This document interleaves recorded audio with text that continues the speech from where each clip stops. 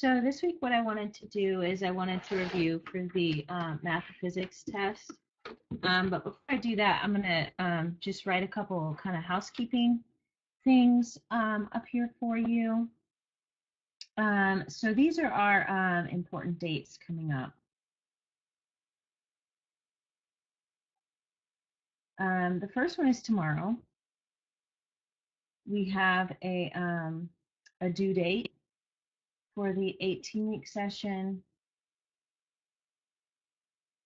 And the 16-week session. Okay, and then refer to your syllabus to see what is due each of those dates. And then on Thursday, the 18-week students have their 2D motion test. So that means it'll be due next week, not this week. On Thursday, the should be a 7. The 16-week kids have their one-dimensional motion test or their 1D kinematics test.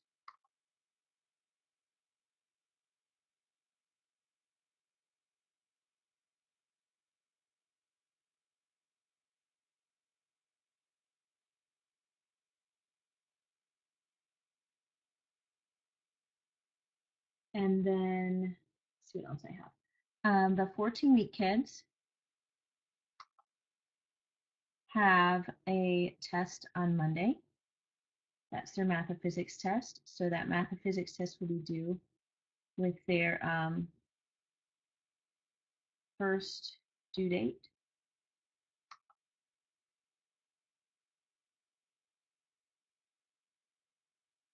And then the first due date for the 14-week session, and of course also a due date for the 16 and 18 sessions as well, is on the 13th. Oh, I wanted this to be a 14. It looked like I was drawing a 3. Okay. Okay, and then refer to your syllabus on what's due on each of these individual dates. The week 5 newsletter for the 18-week session, I went ahead and put in the chat box, but you should have got it on Sunday in your email. And then the week 3 newsletter for the 16-week session, y'all should have gotten that on Sunday, but I put a link there as well in case you need it.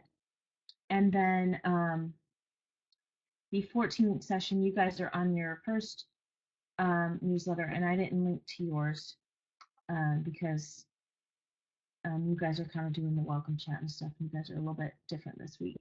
So the first thing I wanted to show you is I want to talk about vectors. And so I found this video, and whenever I think about vectors, I always think about this video, and it helps me kind of remember the important components of a vector. So I'm going to play it, and then I'm going to mute my microphone.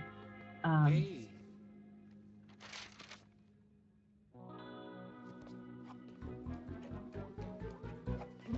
I'm applying for a new villain loan. Go by the name of Vector.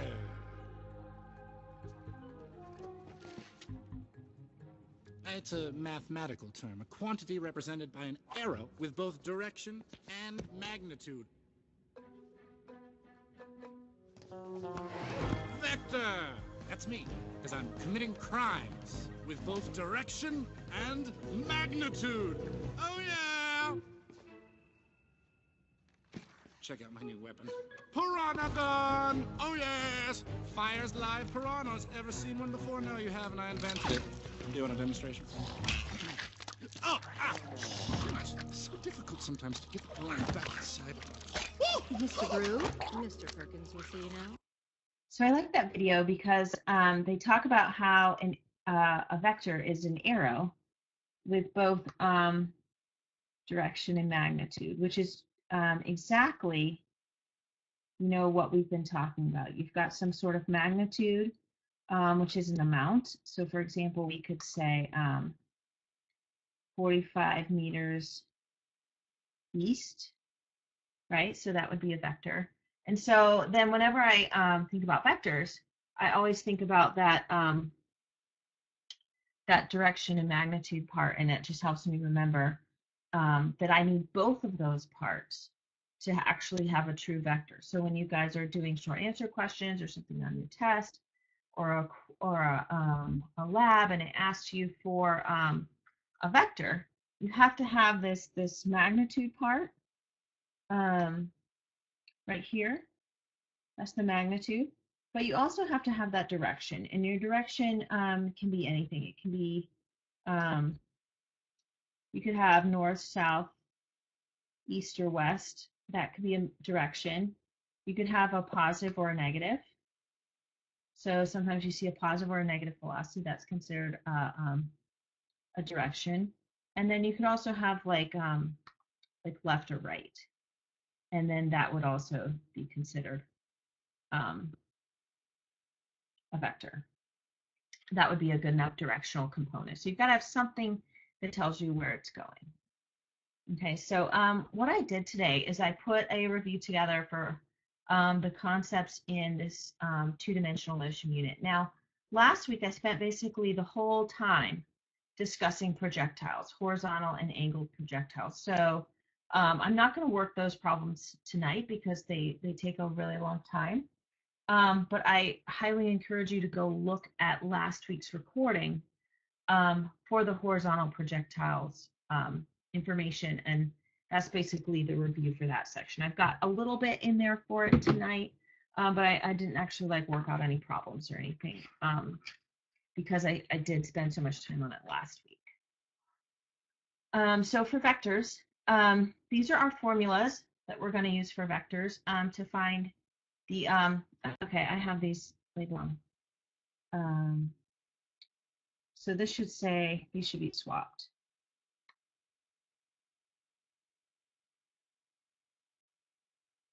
So this should be the vertical.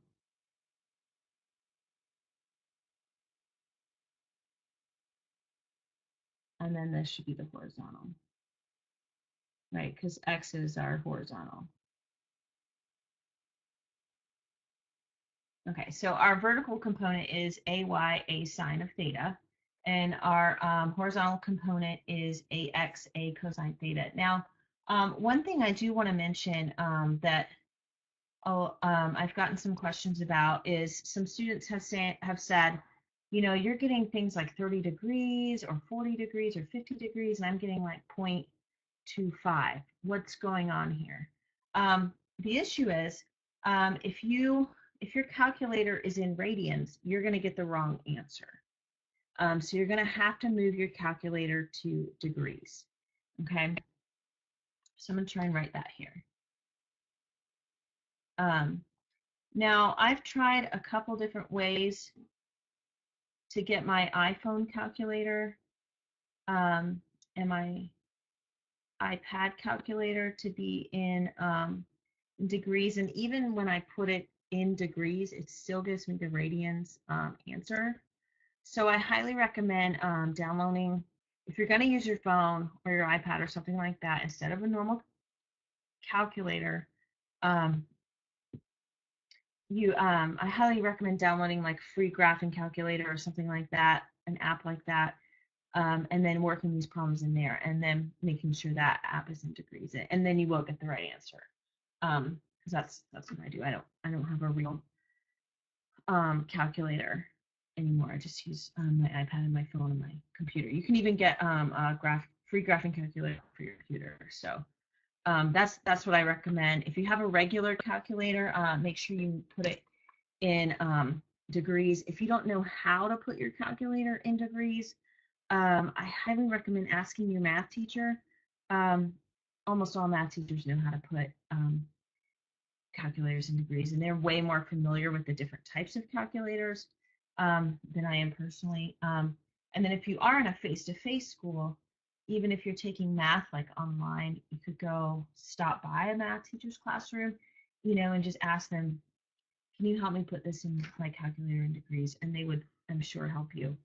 I don't know any teacher that I met that wouldn't do that. So make sure your calculator is in degrees. If it's in radians, you're going to get the wrong answer, and then that will be very frustrating.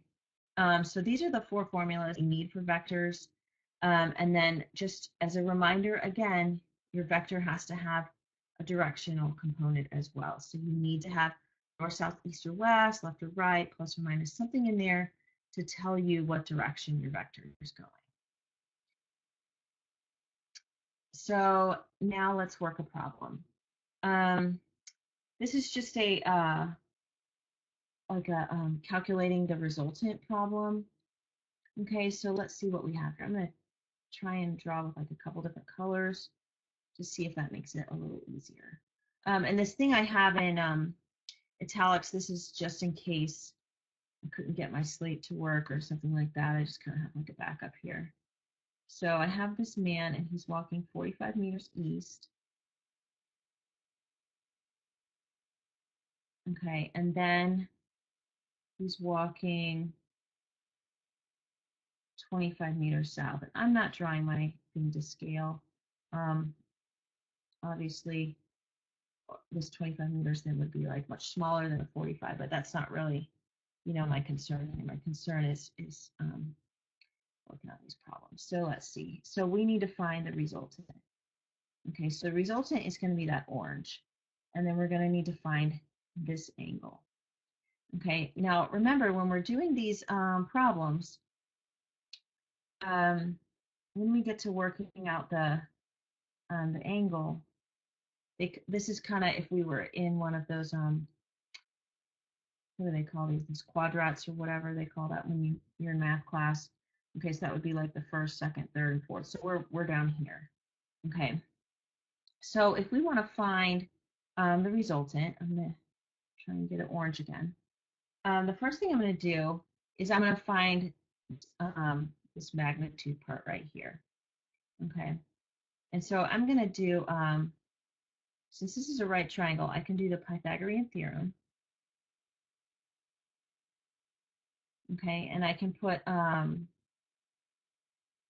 my 45 meters here and my 25 meters. This isn't exactly the same color as the 25, but it gives you the idea. And then I can find my orange. Okay, so you know where I got these numbers. Okay, so 45 squared is 2025, and 25 squared is 625. So then we have 2650.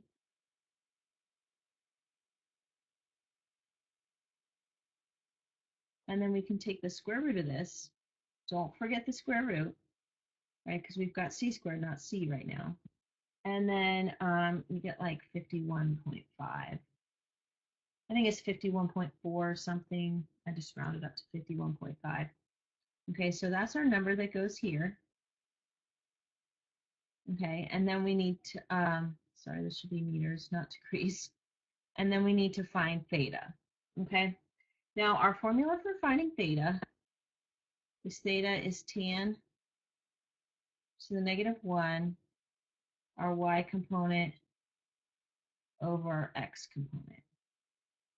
Okay, so my y component is negative, right? Because it's going down. It's in the negative direction in this coordinate plane right here, right? It's on this bottom side.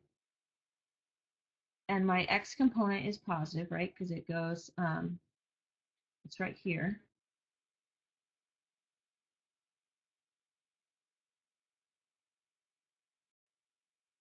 So then when I put that in my calculator, I get negative 29.05. So then my answer is 51.5 degrees, or 51.5 meters. I don't know why I want to put that as degrees today, at negative 29.05 degrees. And that's just saying that we're coming down from this x-axis. You could also do positive whatever that amount is. It'd be like 270 plus 60, 330, something like that, 330-ish. So you could do that too. But I think it's easier just to put negative 29.05. And that would be your answer. Okay, that's what you would put for your answer. Let me go back for a second. Okay. And then we'll talk a bit later about what showing your work looks like on a test or a quiz. Because I'm thinking there might be some confusion about that as well. So I'm going to draw, I'm going to do this one now. This is kind of a different one. We're kind of working backwards on this one.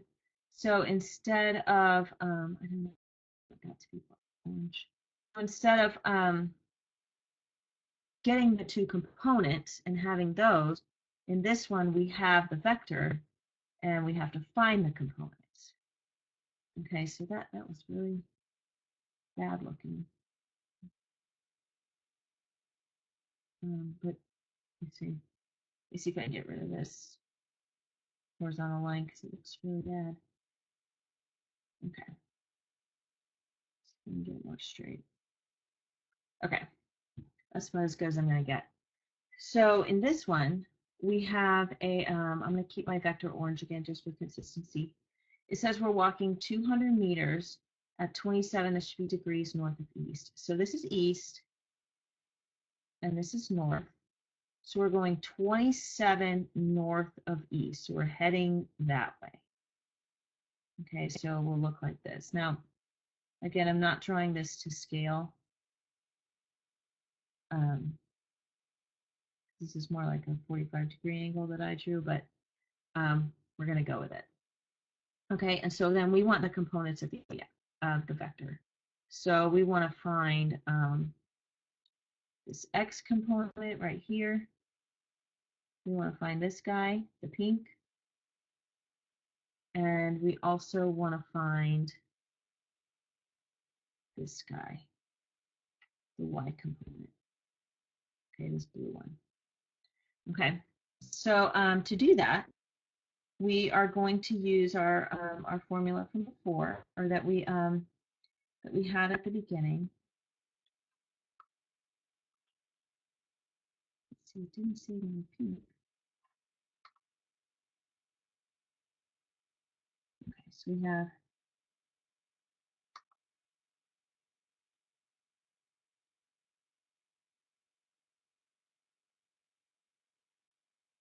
have these two formulas, and I just like to draw. I just like to go ahead and write them down next to each other.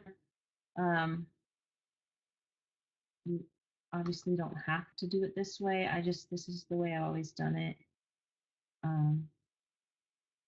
When I do math, I like to kind of establish some sort of pattern or something, and that way I get that pattern in my head, and I'm always doing that problem the same way, and that way it keeps me from messing up. So I'm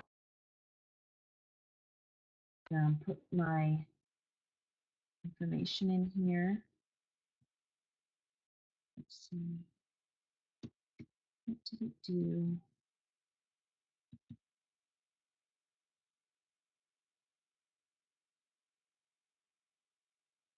Okay, I got it back. Okay, so I'm going to put 200 cosine 27 here. And I'm going to get 78.2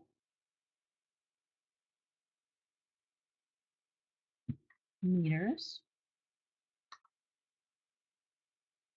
And then I'm going to go ahead and I'm going to do my y-axis. And my y-axis is going to be the same numbers.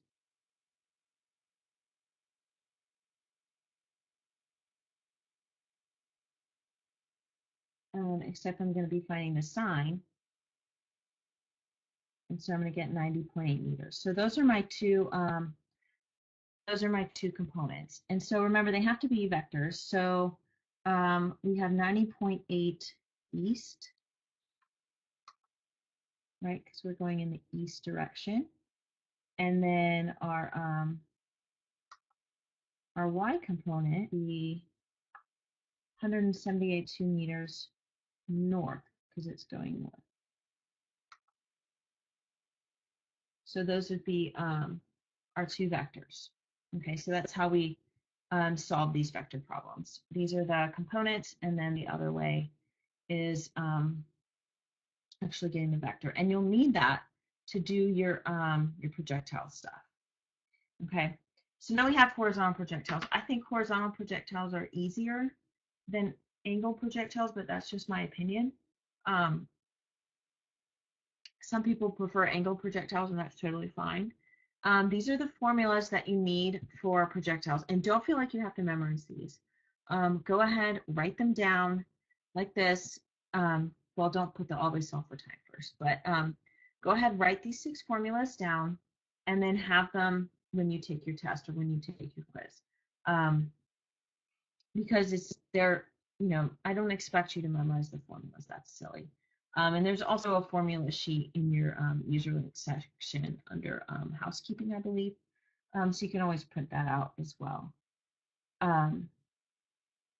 So that's what I recommend for projectiles. And then when you're doing a horizontal projectile especially, make sure you solve for time first. Even if the problem asks you for the impact velocity or something like that, solve for time first. If you don't solve for time, you won't know enough things in order to be able to finish your problem. So solve for time first.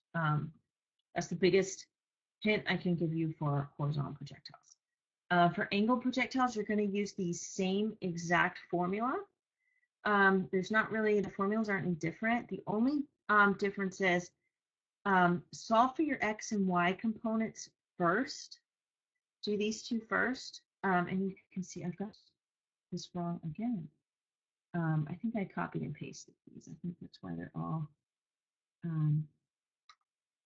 incorrect. These should be swapped. Because this has the y and this has the x. Okay. Always solve for these x and y components first and then solve for time.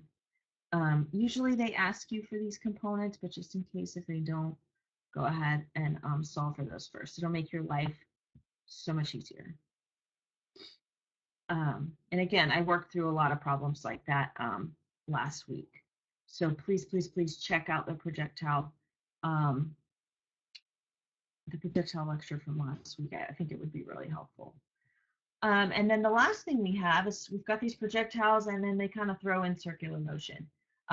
We did the same thing when I taught face-to-face classroom. Is like, where should we put circles? I don't know. We'll throw them in with tiles. So we'll do circles a little bit later too. But we have a couple formulas, and after doing projectiles, these formulas seem, a cakewalk. Our velocity is d over time, which we already knew that formula. Then our d in this one is 2 pi r, and r stands for radius. Okay, so in this type of problem, your r is going to be your radius. So in a lot of problems, they'll say, like I think one of them says, there's a girl on a merry-go-round, and her place on the merry-go-round is 5 meters from the center, right? So they're trying to give you the radius there when they say stuff like that. And then you have your centripetal acceleration. And the way you can tell centripetal acceleration from regular acceleration is that centripetal acceleration will have this little c under it. And that lets you know that you're dealing with centripetal acceleration. Okay, so let's try a couple of these problems. And they should be fairly easy compared to doing projectiles. These should seem like a cakewalk because traditionally projectiles is one of the hardest things that we do each semester. So let's see where we're at. Okay, so we have a horse that is 5 meters from the center of the merry-go-round, and it goes around one time every 25 seconds. So what is the centripetal acceleration of the kiddo? So our R, I'm going to write what I know. My R is 5 meters. My T is 25 seconds. And then I want centripetal acceleration. Okay, remember, like I showed in the last slide, this is your center and your kid is here. That 5 meters is this R. Okay, so they want the centripetal acceleration, right? But let's look at our formulas. Centripetal acceleration, the formula for that is v squared over r. But they didn't give us v, right? So we have to solve for v first. Okay, you could go ahead and put all of this v stuff in for v, but I think that makes the problem like more difficult than it should be. So I just like to solve for v and then stick my v in my centripetal acceleration problem. Some of you might have a calculator that actually has pi in it, so you can just like type 2 times the actual symbol pi. Some of you don't. I use a calculator on my computer, and I don't have a pi symbol, so I just did 3.14. It doesn't matter. You're still going to basically get the same answer. Okay, so I would do, if I was going to put this in the calculator, I would put an extra parentheses here if I wanted to try and put it in all at once. Because if you try to do 2 pi 5 divided by 25, the calculator is not going to do the correct order of operations. So when you do that, you're going to get 31.4 meters per second as your velocity. And then we can do 31.4 squared over 5.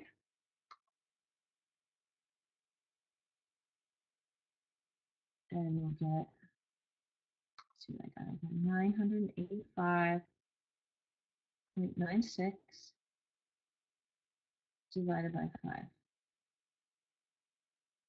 And I end up getting 197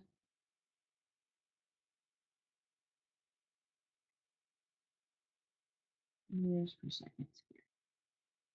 Okay, so this is my centripetal acceleration right here. Okay, so compared to a projectile problem, you know, that's fairly simple. You know, it could be worse.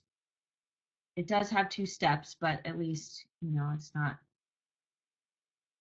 as bad as it could be. So now let's try a different kind of formula. In this one, they're going to give you the centripetal acceleration and the radius, and you're going to have to find the speed. Okay, so they say, what is the speed of the train if it experiences 22 meters per second squared of centripetal acceleration, and then it rounds the curve at a radius of 35 meters. So the first thing I do is I'm going to write what I know.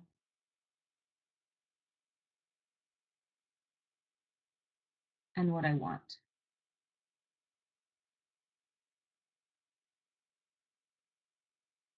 And I know they asked for the speed, but I'm just going to put a v here, just you know, because my formulas had a v in them. Okay, so my centripetal acceleration formula is this. Okay, so I don't have to do 2 steps, I just have to do the one. And luckily, this formula actually fits in the triangle, so I don't even have to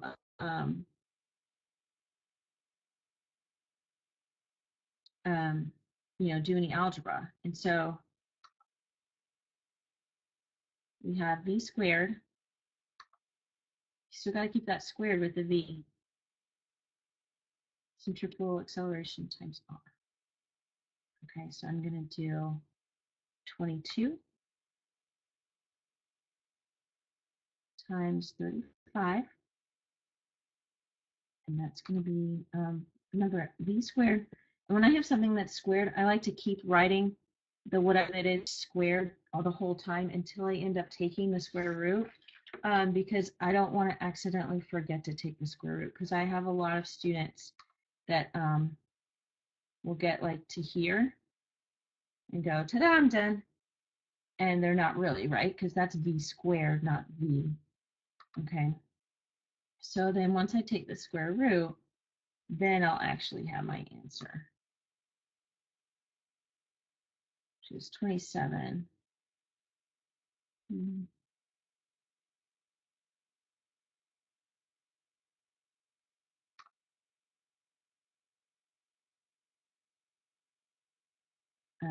0.75 meters per second. So that's my V. Okay. If you have a V that looks really big compared to the numbers they gave you, you probably forgot to take the square root. Okay, so then take the square root. So that's our unit, right? We have vectors, and then we have the circle stuff, and we have horizontal projectiles. And I would say horizontal projectiles is the real meat of the unit. That's why I went over that last week, so you could have that you could have that lecture ready for you when you were ready for it. And if you go to the course newsletter for the two-dimensional motion unit, you'll see a lot of helpful videos about projectiles. I have quite a few videos that I've done on projectiles. So you can check those out, and I have some practice problems I posted on the course homepage in case the ones within the course aren't enough and you feel like you need some more practice problems. I have some posted there. So hopefully that is helpful for you, because I think the other two things, the vector part and the circles part, are relatively simple compared to projectiles.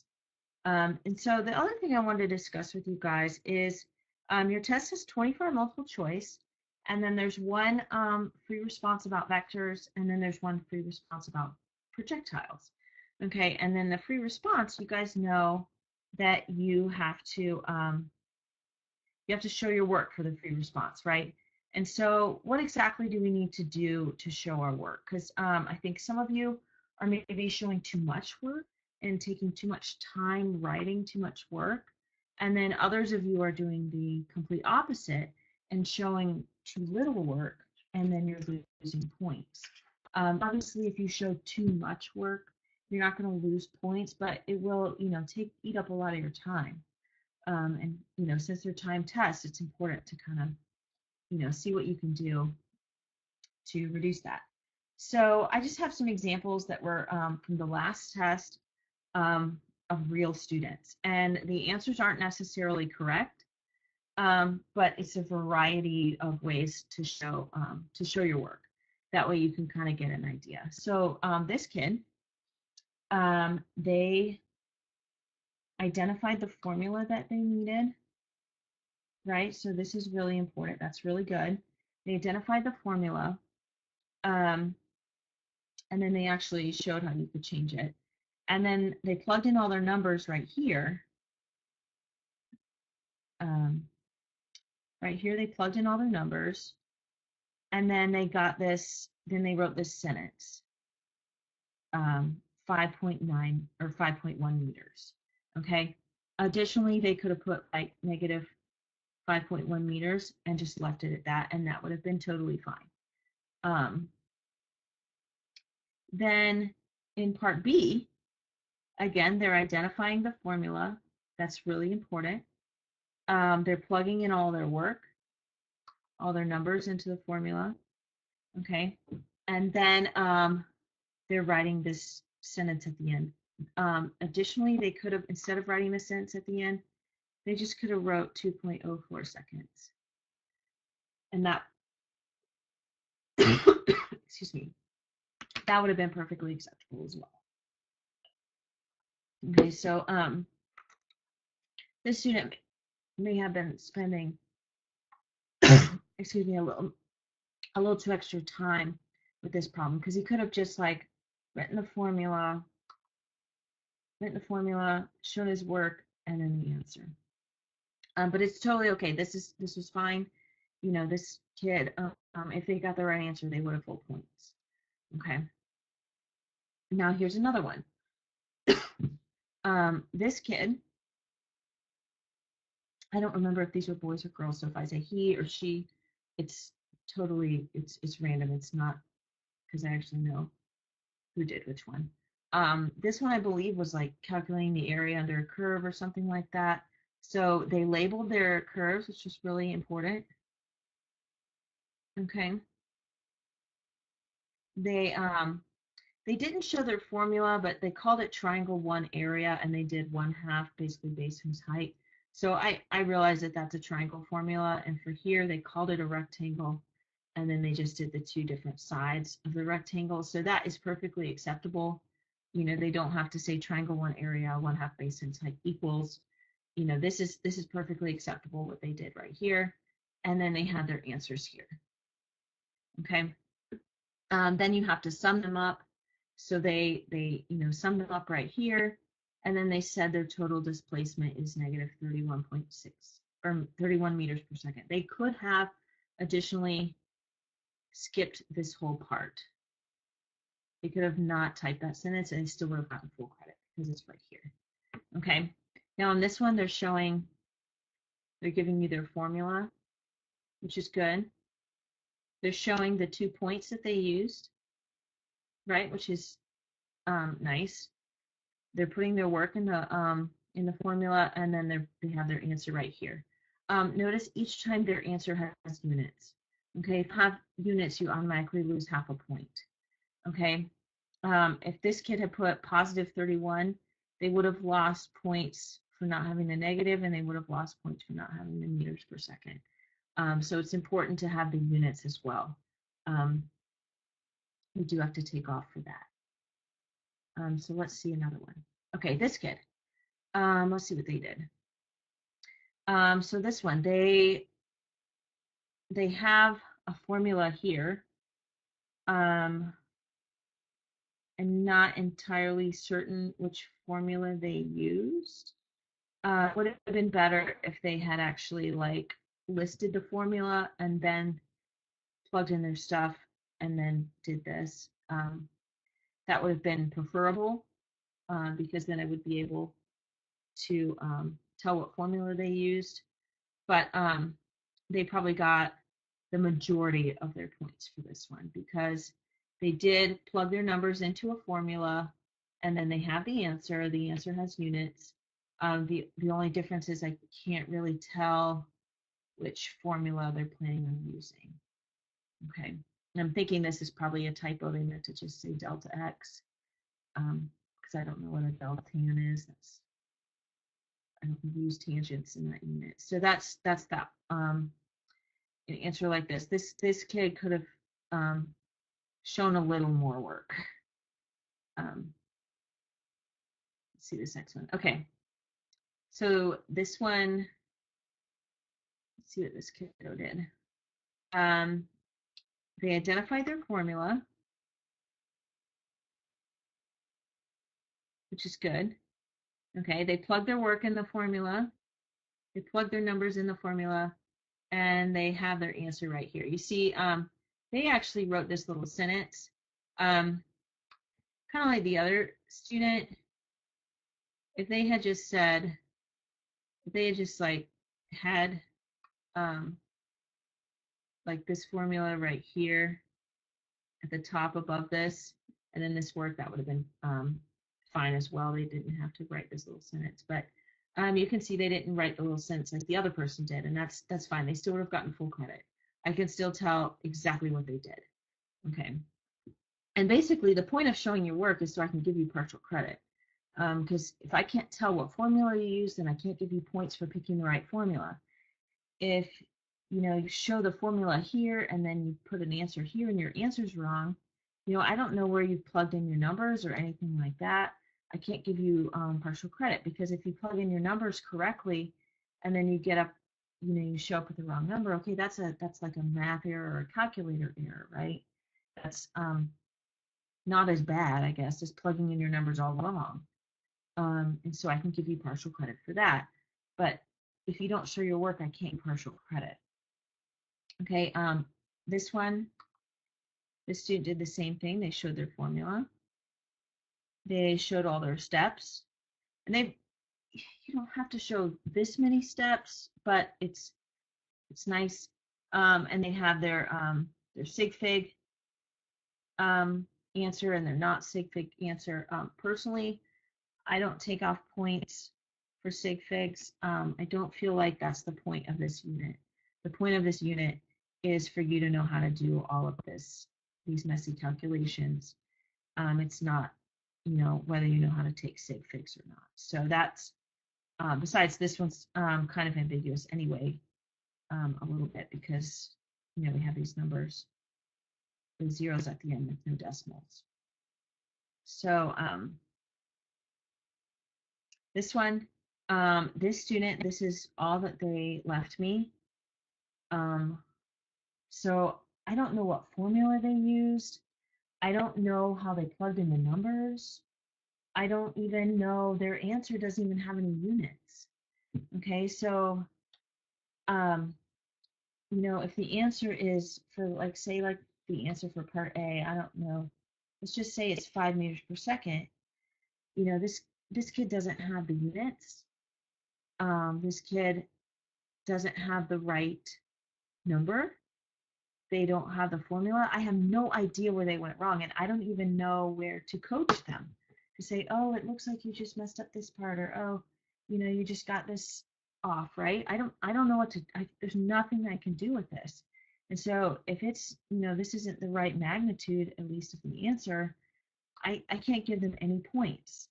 And these short answer points are worth like 5 points a piece, right? 5 out of 35 on their test. So, these two right here, that's minus 10 points off your test. So that's automatically a 25 out of 35 without, right off the bat, without missing any other questions.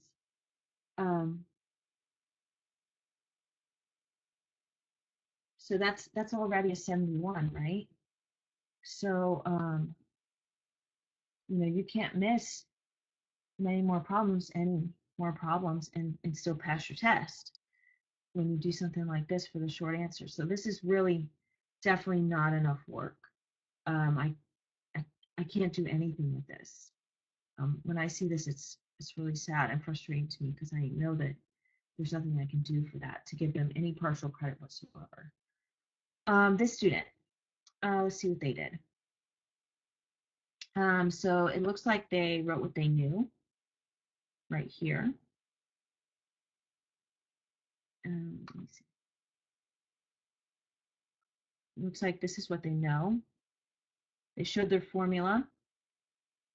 They plugged their numbers in the formula, and then they showed the answer. Okay, so if they had had just this, this, and this, they would have earned full credit. Okay, so this one,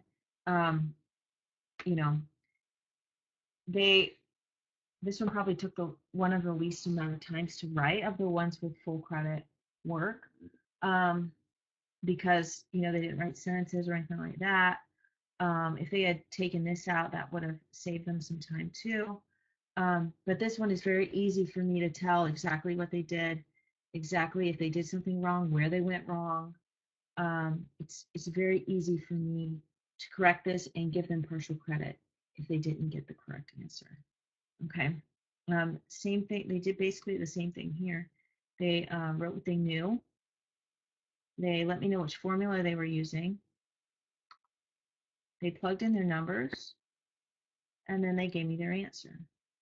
Okay, so, and again, if they had just shown these three things, they would have gotten full credit.